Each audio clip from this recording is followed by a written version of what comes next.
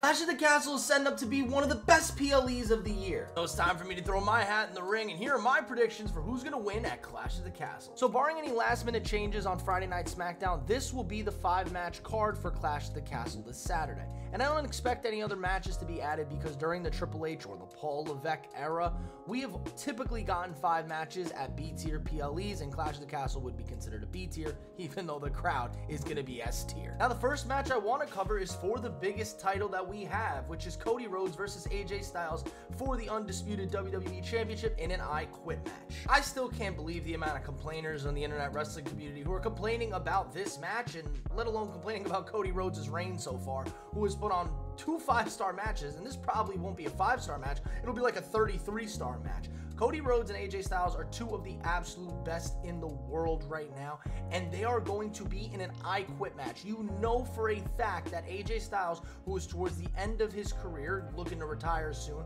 is going to want to put on an absolute banger here, and Cody has been an amazing professional, and of course, they're going to go all out for this match. But the ending, I think, is going to be the most important part, because I actually think AJ Styles is going to win by cheating. I think AJ Styles is going to put Cody through torment after torment and torture, and at one point, he's going to put the mic to Cody's mouth, who's going to be basically face planted on the ground, and you're going to hear Cody say, "I quit." However, it won't actually be Cody Rhodes saying, "I quit." They're going to take a page out of Mick Foley and The Rock's book, where AJ will play a recording of Mick Foley saying, "I quit," and that will be the end of the match. So I think we will actually get a trio of matches from them. We already got the first match. This will be the second, which will end in cheating for AJ Styles to win over Cody Rhodes. And then the third match will happen hopefully at SummerSlam or Money in the Bank, one of the two. I think they might do it at Money in the Bank because I think they're going to set up Randy versus Cody at SummerSlam.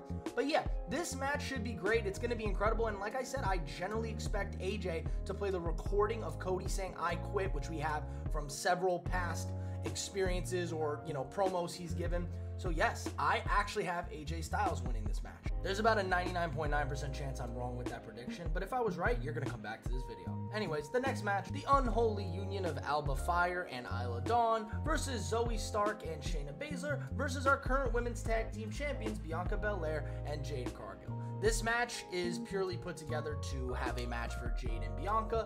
I think it'll be fine, but once again, I really don't even think it's possible for Jade and Bianca to drop the titles here. It's really cool that WWE is using the hometown people here, and I mean, they are using it multiple times throughout the show, but I've been wanting to see the Unholy Union on TV for a while, and now we're going to get them on a major PLE for a title, so that's going to be awesome.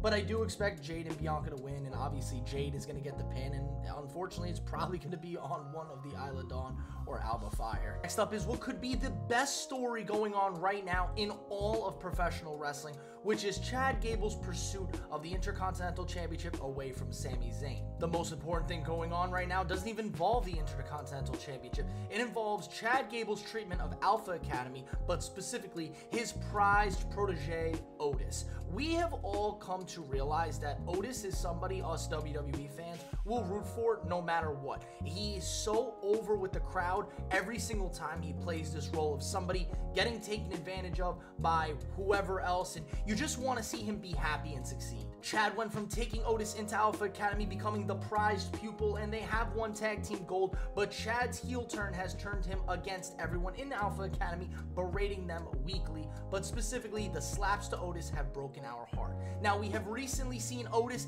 has inched towards betraying Chad Gable, but I don't expect that to happen at Clash of the Castle. I think Otis actually helps Master Gable win the Intercontinental Championship off of Sami Zayn. Whether it's intentional or non-intentional, I expect Chad to win because of the help of Otis, which will lead into future storylines where I believe Chad Gable, now that he is champion, will want to kick out all the weak members of Alpha Academy. I believe Chad Gable will want to kick out Tozawa and Maxine and say they're just dead weight holding us down, and try to bring in the Creed brothers and Ivy Nile along with keeping Otis as a part of Alpha Academy, which I think will eventually push Otis over the edge, which down the line, he will then betray Chad Gable and go into a feud for the Intercontinental Championship. I know I'm just supposed to tell you the winner, but in all seriousness, I just need Otis to be holding a singles title in WWE. The next match is probably one of the most well put together matches, is Piper Niven faces Bayley for the WWE Women's Championship. Now last week, WWE gave Piper Niven an opportunity to cut a promo on Bayley before their match, and oh my god, was she cooking on the mic, and I was not ready for this. I mean, I was just happy to see another Scottish person get an opportunity at a title at this show, and man, did they give Piper Niven the opportunity to cook. She actually just cut an amazing promo and reminded us all of how good she really could be if being given the opportunity to be a top star. And now recently she fought Jade Cargill, where she actually ended up losing, but gave her probably her toughest match up to that point.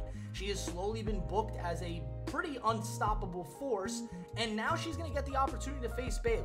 Now, let's be honest here. I think we all know that Bayley is going to win this, but expect Piper Niven to get more cheers here than Bayley. I do expect Chelsea Green to somehow get involved. I don't think she's going to, make any huge impact, but I just expect her to have a fun spot where she tries to help Piper Niven win. But I do want this to be a moment that WWE remembers when they think about booking Piper Niven in the future, because she is meant for that top prize. And if we could just install a women's mid-card title on the main roster, I think she should be the front runner for it. And then the final match, what should be the main event of the night, Damian Priest takes on Drew McIntyre with the World Heavyweight Championship on the line. It is so hard for me to believe that it is possible that Drew McIntyre would lose in his hometown after the last time we did Clash of the Castle, which wasn't his hometown, but WWE pretended like it was, and he lost there to Roman Reigns. I can't imagine a possibility where Drew loses this match. With Judgment Day being banned from the sidelines, obviously they're not going to get involved. Maybe there's something with Liv Morgan that shows up, possibly happens. And there's also the possibility that Carlito is not technically a part of the Judgment Day, so he could show up and help Priest, but I don't know. I still don't expect it to happen. In some way, some shape or form, CM Punk has to be here. I don't want him to get involved with the match, because I guess that's one opportunity where Drew loses in front of his home crowd, but I just don't think we want CM Punk to get boos at all. So I feel like Drew wins, and then a post-match stare-off between him and Punk could really help out in the long run versus having Punk cost him again. Now, I do feel bad for Priest, because honestly, this story is more about Drew, and it's not even just about Drew. It's more about Drew versus CM Punk. We're not even really thinking about Damian Priest in this, and it's nothing against him. It's just the other storylines are a little bit more interesting right now. But I do believe this is going to lead to a Damian Priest face turn when Judgment Day either turns on him, kicks him out, or breaks up as a whole. But yes, this is Drew's moment to win it in front of the crowd, to win it in front of his home crowd where he will be cheered. It's going to be an electric moment, so WWE, please pull the trigger on this. So that's my predictions, and the more I think about it, the more I don't think Cody Rhodes is going to lose anymore. I don't think he's going to, even if it's in a fluky way. I just don't think WWE is going to have both world titles switch hands this time. I just don't see it. But let me know what you guys thought of my predictions in the comments down below. Thank you guys for watching. I'll catch you guys next time. Peace.